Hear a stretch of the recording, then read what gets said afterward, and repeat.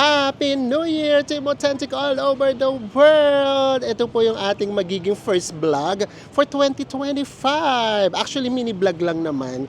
So, pang buena mano, sana maganda ang kalabasan.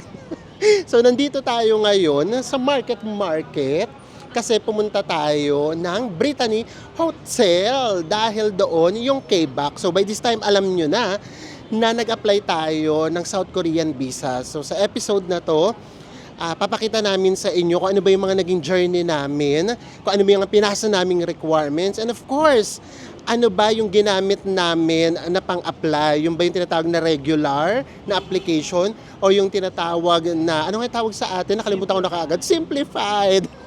And then, of course, yung resulta, yun naman yung pinaka-importante. So, lahat niyan, ipapakita namin sa inyo with this vlog. So, simulan na natin sa mga requirements. So, kami, nalaman namin na pwede pala yung mga simplified visa na yan, application, parang June pa ng 2024. Pero ang dami na rin nagsabi sa atin, sabi, uy, pwede na mag-simplified kayo, ganyan, ganyan.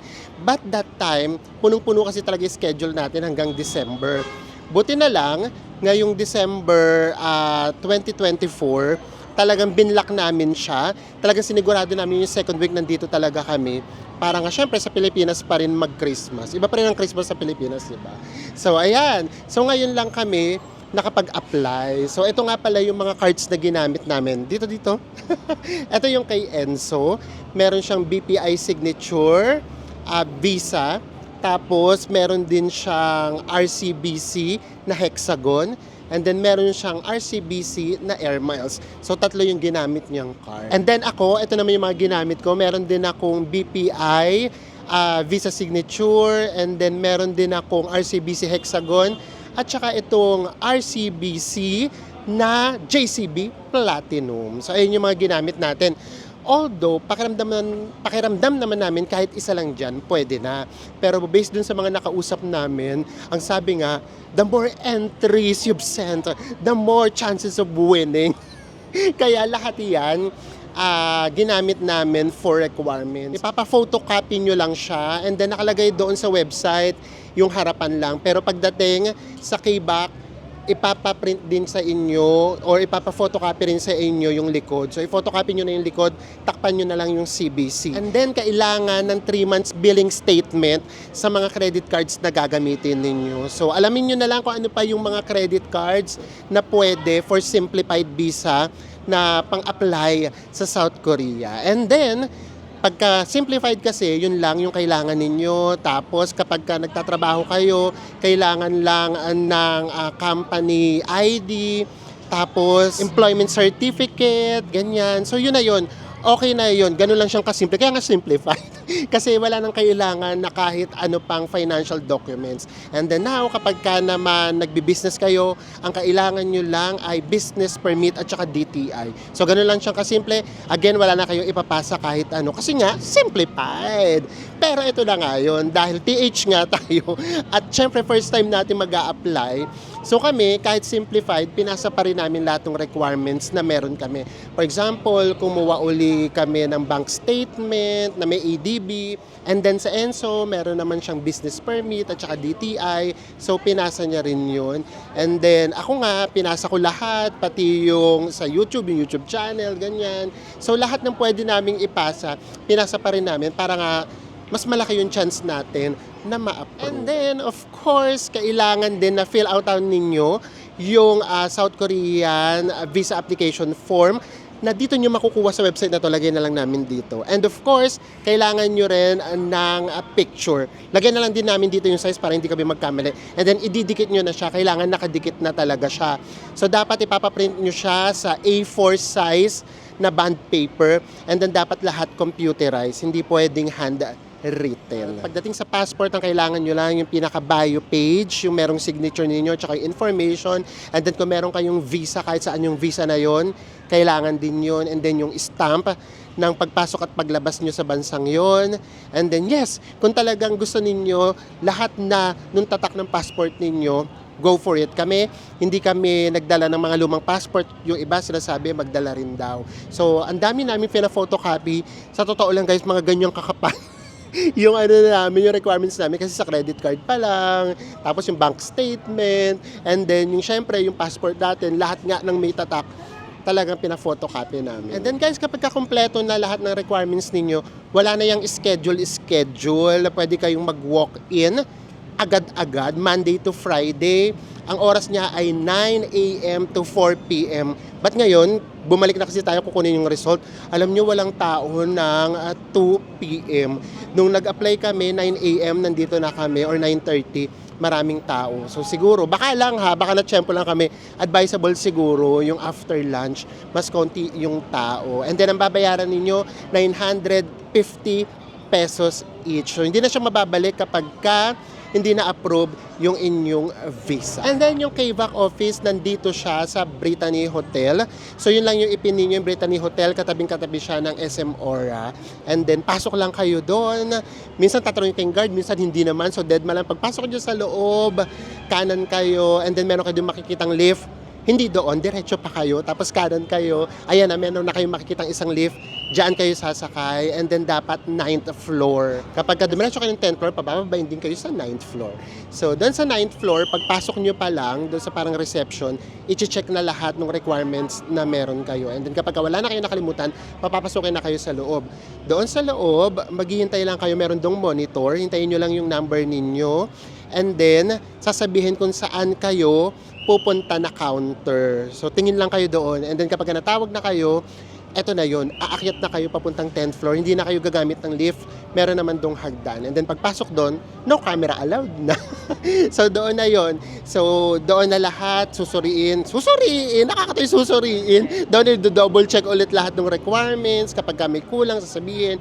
May kaunting ano lang naman, questions. Baka siguro kapag hindi masyadong clear. For example, sa akin, ang question, sa akin daw ba talaga nakapangalan yung YouTube, ganyan. Tapos, hinanap yung payslip ng YouTube, parang ganon. So, lahat naman dala ko, so okay naman. Kay Enzo, walang katanong-tanong kasi nga may business siya. And then, yung credit card nga namin, hindi namin pina-photocopy yung likuran. So, kailangan pala siya yung photocopy. Buti na lang, merong photocopy mismo doon sa cashier. And then, kapag naipasa nyo na lahat ng requirements at okay, babalik na kayo kung kailan nila sasabihin. Actually, nakasulat doon.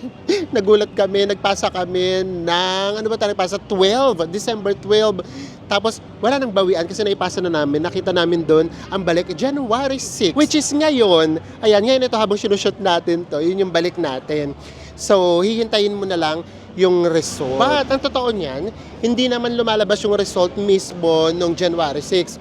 Ito nga kasi yung advantage at disadvantage. So, ang advantage kasi niya, pwede mo siyang i-monitor. Ito yung website, papakita namin sa inyo dito. Ito yung website, pwede nyo siyang i-monitor. And then, pindutin nyo lang yung diplomatic office. Ito. Tapos, ilagay nyo lang dito yung passport number ninyo. And then, makikita nyo na kaagad dyan yung status ng inyong application. So, from time to time, pwede ninyo siyang tignan. So, yun yung problema. Kasi mayat tingin kami ng tingin. Tapos, itong sa Enzo, meron siyang sinalihan ng group na parang South Korean visa, ek na group, ganyan, FB page siya or FB group. Tapos, meron kami mga kasabayan na 12, lumabas na lahat doon. Before Christmas, lumabas na yung sa kanila. So, syempre, na-stress na kami na, bakit sa kanila lumabas na, bakit sa amin hindi pa? So, ganun siya. So, nakaka-stress siya, unlike yung kapag ka-Japan visa, malalaman mo na lang yung resulta kapag mismong araw na makukuha mo yung passport. Ito, hindi. Mayat maya, meron doon nagpo-post na, yung mga kasabay namin, ng December 12, nakuha na namin yun sa amin, kamusta kayo? Tapos meron nagsasabi na na-approve. Ang dami rin nagsabing hindi na-approve. So, grabe ka ba kami? Sa amin, lumabas yung sa amin ng January 3. January 3 lumabas na sa amin, Friday. And then dumaan pa yung Saturday, Sunday, 4-5. So ngayon lang namin siya nakuha ng 6. Tapos pag lumabas na may result, meron ka agad sa inyong magte-text na pwede ninyo nang kunin the next business day yung inyong passport. And then, pagpunta ninyo na ulit sa Brittany para nga kunin yung inyong passport, by this time, syempre alam nyo na nga, di ba? Kung pasa kayo, ay pasa talaga, no? So alam nyo na kung na-approve kayo or denied. So kukunin nyo talaga yung passport ninyo. So ganun lang ulit, akyat ulit kayo sa 9th floor. And then, bibigyan kayo ng number. Upo lang uli kayo doon, tatawagin. Sobrang bilis lang. Wala pa yatang 5 minutes makukuha nyo na. Papakitin na kagad kayo sa taas. Sabay-sabay na halos lahat ng mga kukuha. Papipilahin kayo doon sa taas. And then, pwede nyo siyang kunin ng 1 p.m. to 5 p.m. lang. And ito na nga ang moment of truth. Ito na yung ating passport na kuha na natin. And then, nandito na kaagad yung result. So, syempre, wag na tayong magpakaano pa. Wag na namin kayong pa-excited pa. Tayo ay na-approve. Single entry. Carry na yun, di ba? Ang importante, first time natin nag-apply. Na-approve kaagad tayo kahit single entry. Sa dami-dami nung nag-apply, we are so blessed. Kaya grateful tayo na finally, makakapag-South Korea na talaga tayo. Hindi yung Jeju, South Korea. Tapos parang hindi namin masabi that time na nasa South Korea kami. Kasi baka namin sabihin, arte nyo, nasa Jeju kayo, wala sa... So anyways, yes, na-approve tayo. Yay! So ayan, so doon sa may tinitignan ninyo, yung pagmumonitor ninyo, kapag nakalagay pa sa status, in process, para gano'n, under review, alam nyo, naiinis na kami, sabi ko kay Enzo, naku, baka na-over-review na tayo. Kasi the whole time puro under review. Sabi ko, Diyos ko, baka naman na-over-review na kami. And then, kapag na-approve na kayo, may lalabas na siya sa ilalim na isa pang result o isang column. Tapos, etong hawak ko na papel na to, etong pinrint nila, actually, pwede nyo na rin siyang i-print mismo. Kasi ito rin naman yung nandoon sa website. So kaya nilukot na rin nila, lukot na nilang binigay sa atin kasi pwede naman tayo magpa-print ulit. So walang stickers, dito katulad ng Japan na merong stickers. I-summarize natin ng kaunti yung mga possible questions ninyo na naiisip namin. So una, yes, pwede kayong hindi dumaan ng agency kapag mag-apply kayo ng South Korea. Pwede kayo rito sa KBAC sa Brittany. Next questions, ano ba yung mga requirements? Depende kung saan kayo magfo-fall. Magfo-fall talaga na category. Doon kami nag-apply for simplified visa application. So, credit card yung ginamit namin. And then, meron doon depende kung ano yung credit card ninyo. Kasi hindi naman lahat pwede. So, check nyo na lang kung ano mga credit cards yung mga qualified. Pero kami, yung mga ginamit namin, pinakita na namin sa inyo kanina. Magkano yung fee? It's 950 kahit ma-single kayo or kahit ma-multiple kayo. And then, wag naman sana kahit hindi kayo ma-approve, ma-deny kayo, yun talaga yung babayaran ninyo. Ilang araw, depende talaga. Kami, 3 weeks kasi ang dami rin namang holidays talaga. Pero dati kasi nung hindi pa dumadagsa, nakikita namin 4 days lang, ganyan, merong 5 days. So, depende talaga kung kailan kayo mag-a-apply. O baka may magtanong pa kasi simplified yung ginamit namin, magkano ba yung kailangan na credit limit. Sa totoo lang, wala namang sinabi na specific. Pero para lang magkaroon lang kayo ng counting idea, doon sa mga credit cards namin doon, ang 7 digits lang, yun lang BPI Visa signature. And then the rest, lahat yun 6 digits lang. And then, kung tatanungin nyo naman, yun doon naman sa may bank certificates with ADB, ilang months ba dapat? 6 months dapat. Pero sa BPI kasi wala siyang nakalagay na specific na 6 months. So sa ibang bangko kasi pwedeng mag-request. So yan lang din naman yung pinasa namin. Magkano dapat laman ng bangko? Sa totoo lang, hindi rin namin alam kung magkano dapat. Ang importante yung ADB. Kasi ADB, ibig sabihin yung talaga yung average ng pera ninyo. Yung labas-pasok kasi makikita nila doon. Unlike kapag kasi yung pinaka-pera, baka syempre isipin nilagay lang kasi mag-a-apply ng visa. So alam nila yan. Kaya ngayon importante yung ADB. So magkano ba yung kailangan? Wala namang sinabi. So, ayun na namin magsabi kung ilang digits. Charot. Basta ganoon, yun lang yung mga kailangan. Next, kailangan na ba natin magpakita ng confirmed return ticket na eroplano at saka hotel? No, wala kaming pinasang ganon. Hindi naman siya kailangan. Although, doon sa application form pa lang, meron na kaagad doon na tatanungin kayo kung ilang araw yung itatagal ninyo sa South Korea and then kung kailan. So, lagay nyo lang doon yung lang plano ninyo kung kailan, and then hotel, meron din doon nakalagay. Hanap lang kayo sa Agoda, address lang yung kailangan ninyo at saka phone number ng mismong hotel. carry na yun, wala na sa inyong ibang hahanapin. So hindi rin kailangan ng itinerary, wala ring hinanap. So hindi nyo kailangan gumawa ng day 1, day 2, day 3 na mga pupuntahan. Walang ganon. Actually, sa totoo lang, mas simple yung mga requirements ng pag-a-apply ng South Korean visa. Pero sa totoo lang din, parang mas mahirap siya. Kasi doon nga sa may sinalihan ni Enzo na group sa FB, grabe. Yes, may mga na-approve pero ang dami ring hindi. Or baka kasi yung sa Japan, wala naman kasing way para malaman namin yung mga nakasabay namin kung na-approve ba sila o hindi. Unlike kasi doon, may group, so nababasa kasi namin. So basta marami rin kaming nababasa na hindi rin talaga na-approve. So yun, simple yung requirements pero mahigpit siguro, mabusisi sila sa pag-check. Kailangan ba na meron kayong cover letter? Kami, gumawa kami ng cover letter kasi nag-request kami ng multiple entry visa. So kapag kailangan ninyo na meron kayong explain na something, for example, eto nabasa ko, for example, yung company nyo halimbawa, walang landline number, kailangan pala yun, ilagay nyo talaga siya sa cover letter, mag-explain kayo doon. Basta lahat ng pakiramdam ninyo na merong hinihingi na wala kayong may provide, mag-cover letter kayo. Kaya lang kami nag-cover letter kasi nag-request kami for multiple entry visa, which is hindi tayo nag-grant, carry lang yun. So ano pa ba? Basta pag meron kayong questions about South Korean visa na nalilito kayo, comment down below lang or kaya i-message nyo kami directly kapag importante. So kami yung tignan ninyo inspiration kapag pakiramdam nyo, ang hirap kumuha ng visa, ang hirap mag-provide ng ganito. The fact na nakapag-provide kami and then na-approve tayo, meaning kaya nyo rin, di ba? Walang bearing doon na guys, na content creators kami. Walang ganun kasi sa Enzo ang ginamit niya sarili niyang requirement. So, kung meron man yung bearing, feeling ko konting-konti lang. So, ayan, basta meron kayong questions na pakiramdam ninyo, kinakabahan kayo, nalilito kayo, go lang para baka kahit pa paano madagdagan namin yung confidence ninyo. And then, mapagaan namin yung pakiramdam ninyo. Nung nag-apply tayo, pinag-usapan na namin yan ni Enzo na kahit single entry lang, okay lang. Kasi ang totoo, hindi ito katulad nung sa Japan na meron tayong goal. Di ba ang goal kasi natin sa Japan, lahat ng seasons ma-experience natin. Since yung Japan kasi, tsaka Korea, yung South Korea, sim na sim lang naman yung seasons. So, hindi na natin yun i-aim. Kaya sabi namin, single lang.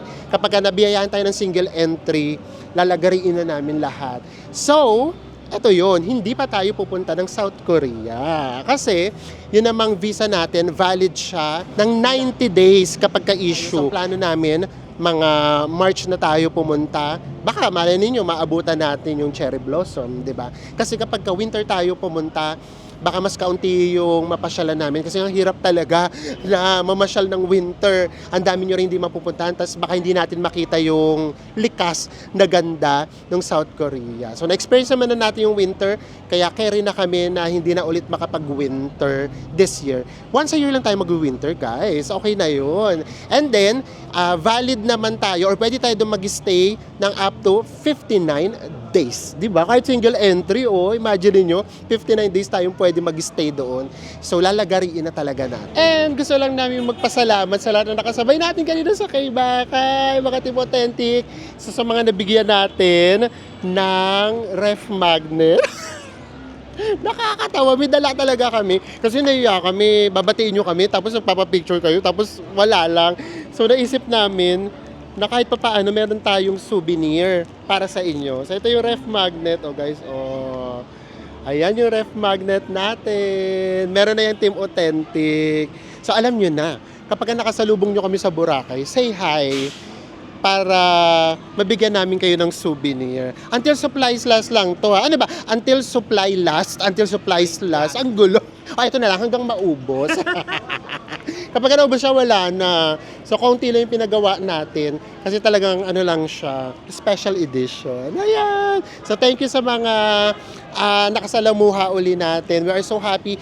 Tuwing binabati nyo kami, mas sobra yung kaligayahang nafe-feel namin. See you South Korea very, very soon. Pero, hindi pa natin siya magawa. Una nga, gusto kasi namin, marami tayong mapuntahan kaya ayaw namin ng winter. And ang totoo, di ba sinabi naman namin sa inyo na kumpleto na kasi yung mga lakad natin until February. Meron na kasi tayong mga nakabook. So kaya, isang tabi muna natin yung South Korea. So gamitin na natin itong opportunity na to para maglatag sa inyo. Maglatag sa inyo kung ano ba yung mga plano natin sa taon na ito. Siyempre kasama kayo sa journey natin. Kaya gusto namin sa inyo sabihin yung mga plano natin. So dito na natin simulan since ang dami naman sa inyong nagtatanong na and then nagsasuggest sa inyong mga Timotentic. And then, eto, meron din dito nagko-comment. So basahin na natin itong comment. Eto, nandito siya. So ang comment niya ay, kailan punta nyo sa Europe? Kaya nyo na yan. Dami nyo naman kinita eh. Saka yun yung trend ngayon sa mga vloggers. So ayan, sasagutin natin siya para sa inyo. Para hindi na namin kayo bigyan ng false hope. Alam niyo naman tayo kung gaano tayo ka-honest. Sa totoo lang, wala pa kaming plano mag-Europe or mag-US. Siguro, sige, wag naman natin sabihin ng the whole year. Baka malay nyo maiba ihip ng hangin. So hanggang ano na lang muna, first half of the year, hanggang June, wala pa tayong plano mag-Europe, wala pa tayong plano mag-US. Bakit? Unang-una, budget. Wag na tayo magcharutan.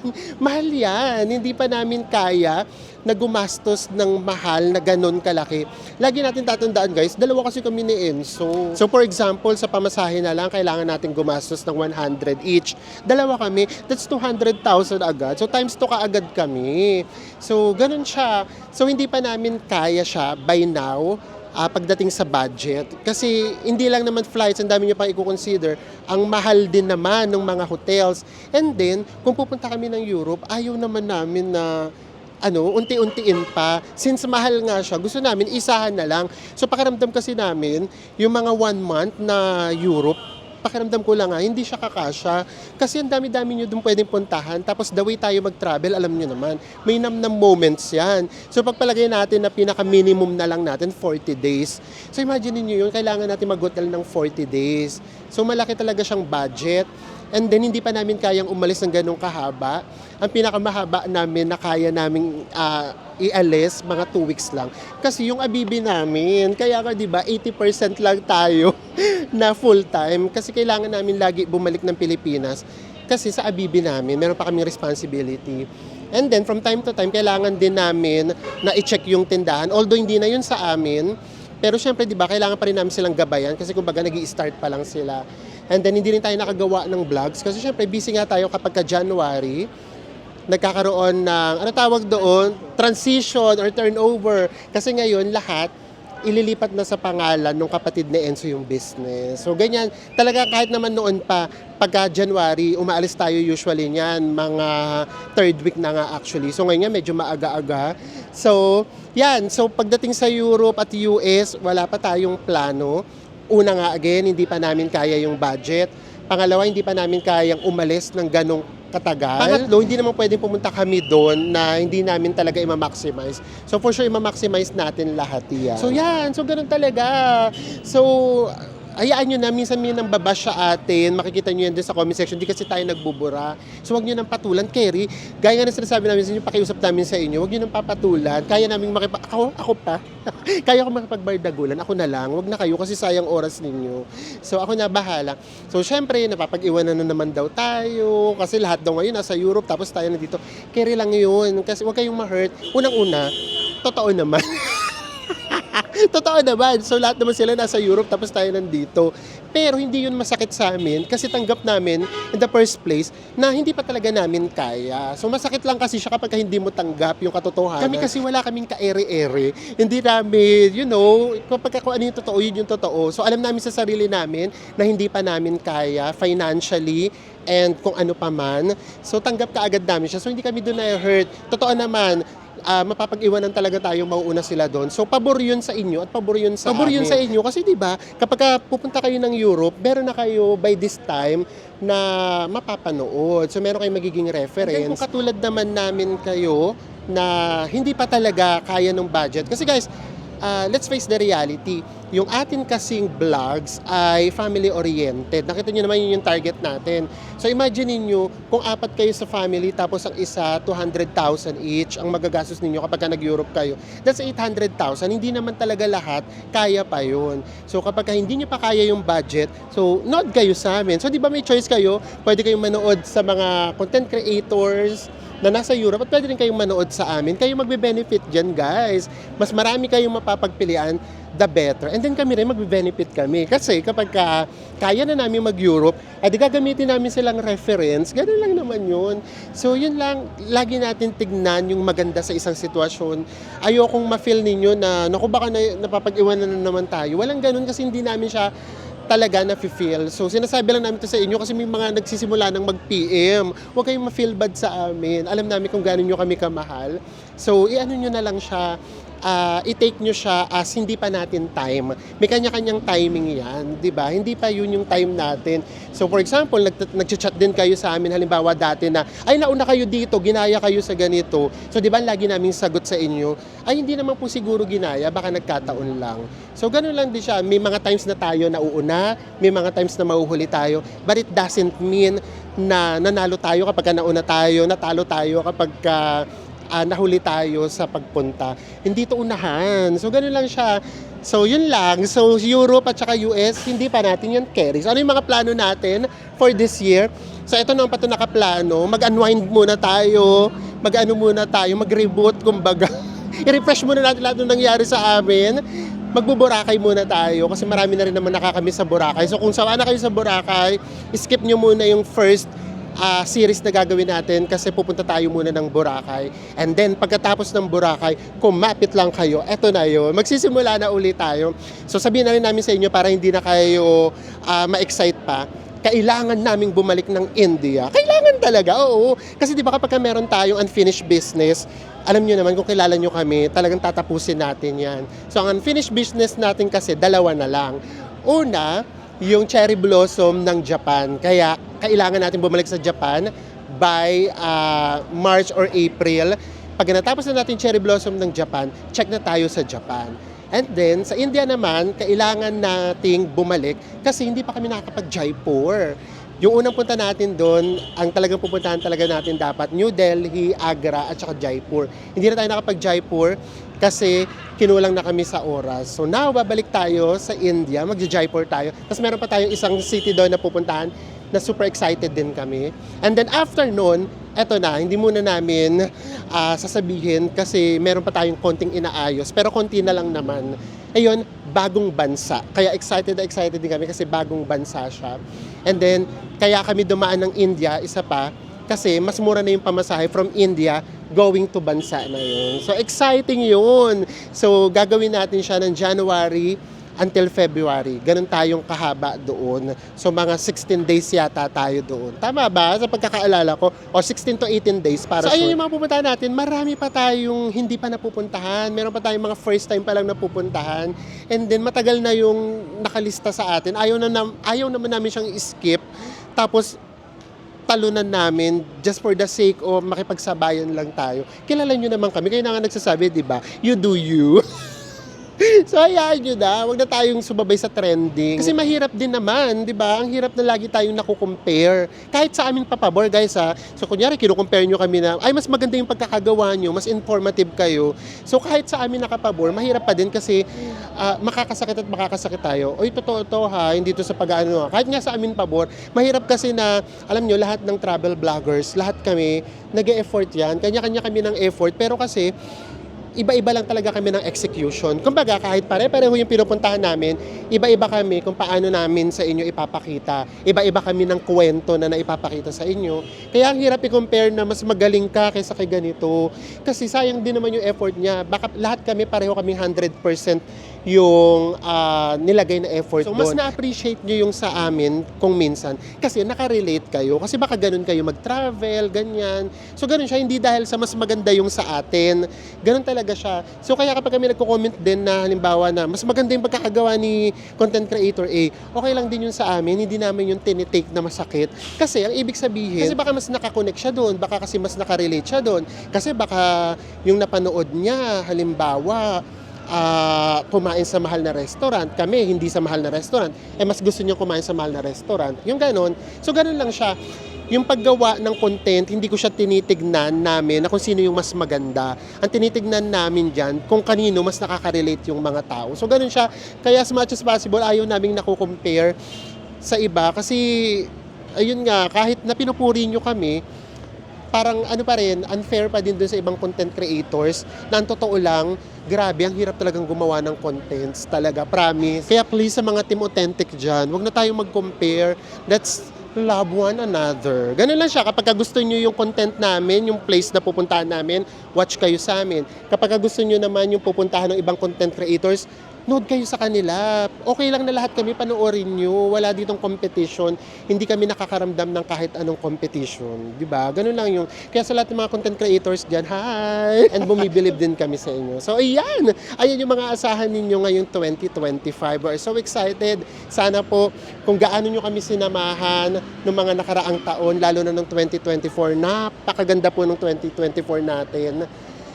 Hindi namin akalain na yung taon na yun, lalo na nung June up to December, punong-puno tayo. Hindi namin in-expect na yung dream namin malalagpasan pa. Diba? Kasi in-expect lang naman namin makapagtuloy-tuloy tayong travel. Hindi namin in-expect na yung travel na gagawin natin, tuloy-tuloy na, iba't ibang bansa pa. Kasi dati, iniisip lang namin, kunyari gusto namin tuloy-tuloy na travel. Halimbawa, sa Thailand, 1 month kami doon. Tapos 1 month, halimbawa, sa Vietnam, ganun. Ito ang ginawa natin, grabe, as in lagare, tapos tuloy-tuloy. Kaya maraming salamat sa suporta ninyo. Kung hindi nyo po kami sinusuportahan, hindi po namin yan marireach. And of course, maraming salamat sa Diyos. Sana gabayan niya pa rin tayo this year. At sana, kasama pa rin po namin kayo. Ayan, magkita-kita ulit tayo sa mga susunod pa nating travel vlog saan mang sulok ng mundo. Bye everyone! Mwah.